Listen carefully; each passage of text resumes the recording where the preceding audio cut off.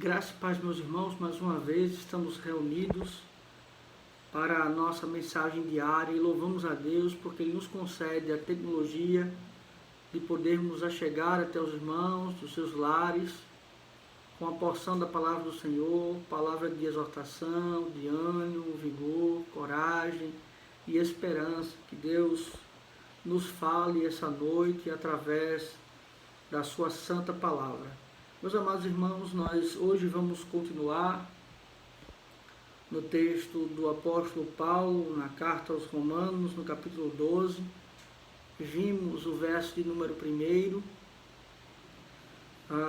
e hoje veremos o verso 2, esta pequena porção da palavra do Senhor, que é uma transição entre a parte teológica ou teórica e a parte prática. E aqui então é um apelo, um desejo ardente e sincero do apóstolo Paulo, tanto para com as misericórdias do Senhor sobre a vida daqueles irmãos, quanto também para o culto devido ao Senhor. E hoje veremos duas orientações do apóstolo Paulo para estes irmãos. Romanos capítulo de número 12, a partir do verso 2, apenas o verso 2, assim diz a palavra do Senhor: E não vos conformeis com estes séculos, mas transformai-vos pela renovação da vossa mente, para que experimenteis qual seja a boa, agradável e perfeita vontade de Deus. Vamos orar ao Senhor, pedindo a Ele iluminação para o entendimento da sua palavra. Santo, eterno, bondoso e maravilhoso Deus, graças te damos, porque o Senhor tem, ó Deus, cuidado de nós.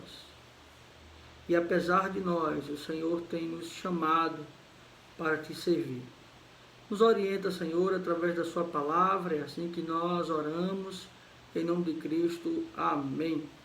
Meus amados irmãos, como falamos anteriormente, se há um livro, uma carta que possa de fato expressar ou explanar todo o conceito teológico, essa carta é a carta do apóstolo Paulo aos Romanos. Carta essa escrita sobretudo com a visão missionária que o apóstolo Paulo tinha justamente em estar na Espanha para a proclamação do Evangelho. Ao chegar justamente no capítulo 12, após os 11 primeiros capítulos ter explanado a teologia, a depravação humana, a graça do Senhor, a redenção em Cristo, a eleição, soberania de Deus, terminado com a doxologia, dos versos 33 a 36 do capítulo 11, ele então introduz o aspecto prático da carta com um elemento transitório, com um apelo primeiramente pelas misericórdias de Deus e também pelo culto dos irmãos a Deus. Mas ele continua então esse texto e ele vai assim nos dizer no seu verso 2: E não vos conformeis com este século. Aqui ele é como se ele desse então uma orientação, mas ele vai dizer o motivo pelo qual ele dá essa orientação. Há uma justificativa, uma argumentação para essa orientação. A palavra "e não vos conformeis", conformar aqui tem uma ideia de forma. É como se alguém fosse achatado dentro de um certo molde. É como, por exemplo, nós pegarmos alguém que calça o número 38 ou calça o número 40 e colocá-lo em um sapato, né, e pedir para que ele calce o número 38.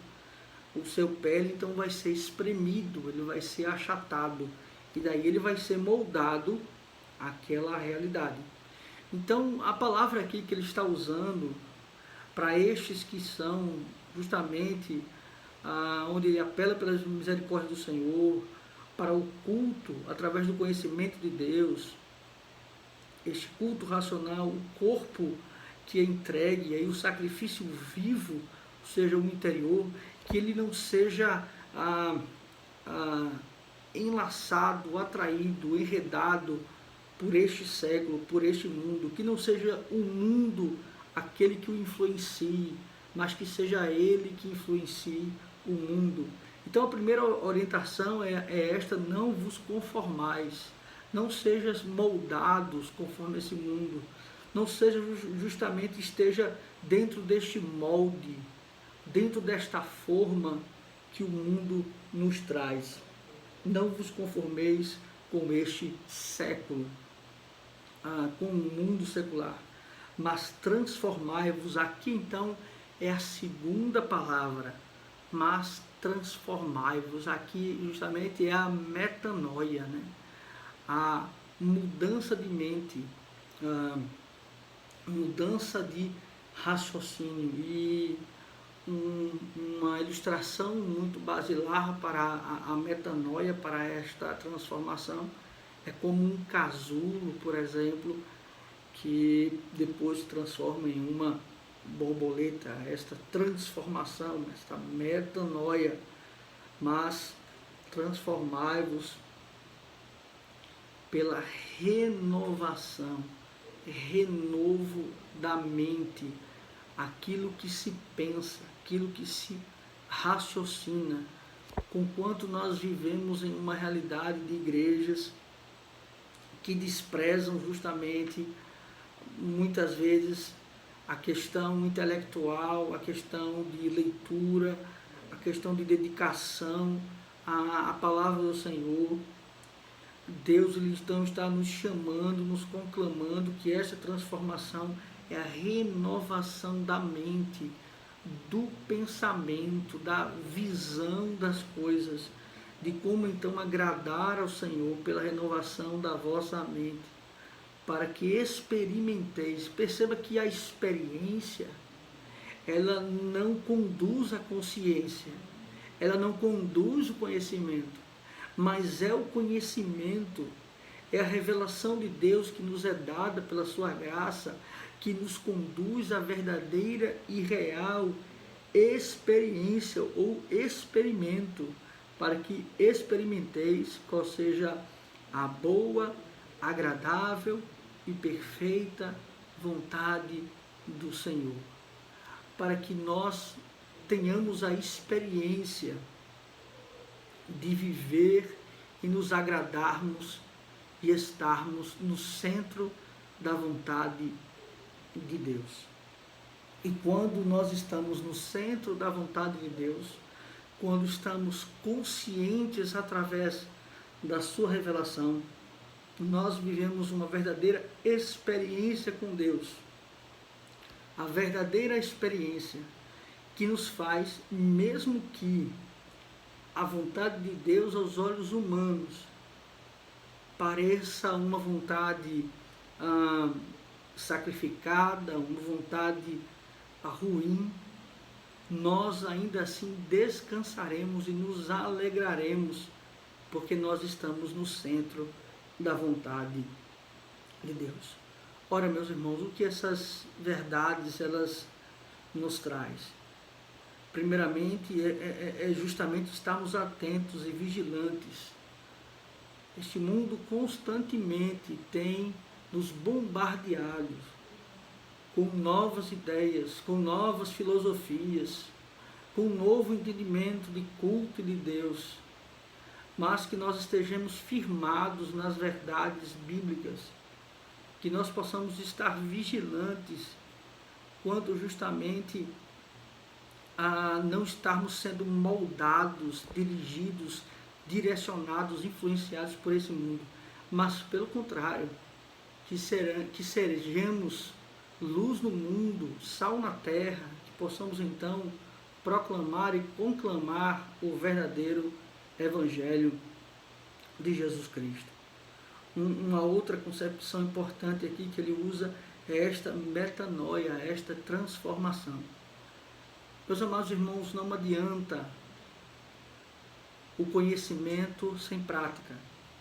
Não adianta a teologia saudável sem a prática desta teologia, sem justamente a compaixão, sem justamente o culto que é agradável ao Senhor.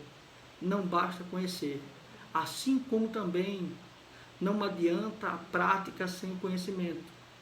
Se muitas vezes apenas os teólogos eles cometem o erro de não olharem para a parte prática da teologia, também há outros que não olham para a teoria ou para a teologia e muitas vezes vivem de experiências, vivem de emocionalismo, esquecem de fundamentos bíblicos, prestam culto conforme as suas próprias invenções humanas, e isso também não agrada ao Senhor. Portanto, que possamos, pela graça de Deus, sermos conduzidos para que nós nos entreguemos ao Senhor em espírito e em verdade, com um culto que agrada ao Senhor, com uma vida para o louvor da sua glória. Vamos orar ao Senhor? Pai, muito obrigado mais uma vez por podermos, ó Deus, ouvirmos a Tua voz, a Tua palavra, e nos dá, Senhor, pela Tua graça, Tua misericórdia, o discernimento, para que possamos, ó Deus, viver uma vida conforme a Tua vontade. É assim que nós oramos, em nome de Cristo. Amém. Que Deus os abençoe, meus irmãos.